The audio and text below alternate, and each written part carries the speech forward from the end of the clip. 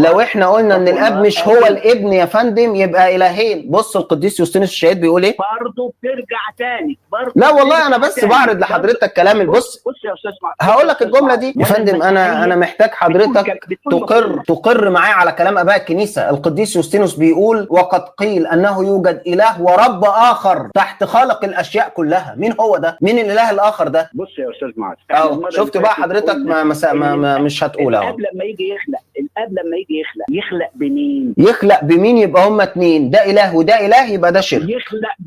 يخلق بابنه حتى لو يخلق بحكمته.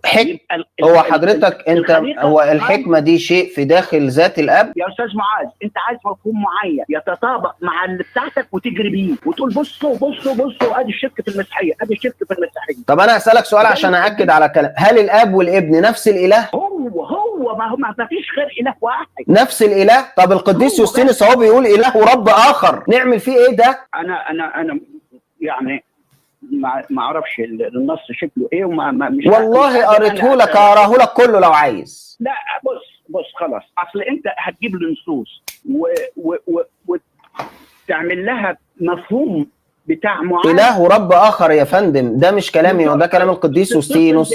وتقعد تتصل بالناس تقول مفهومك انت. لا والله مش بقول مفهومي، انا بس بقول لك اشرح لي الجمله اله ورب اخر. انت بتقول نفس الاله، اباء الكنيسه ما بيقولوش كده.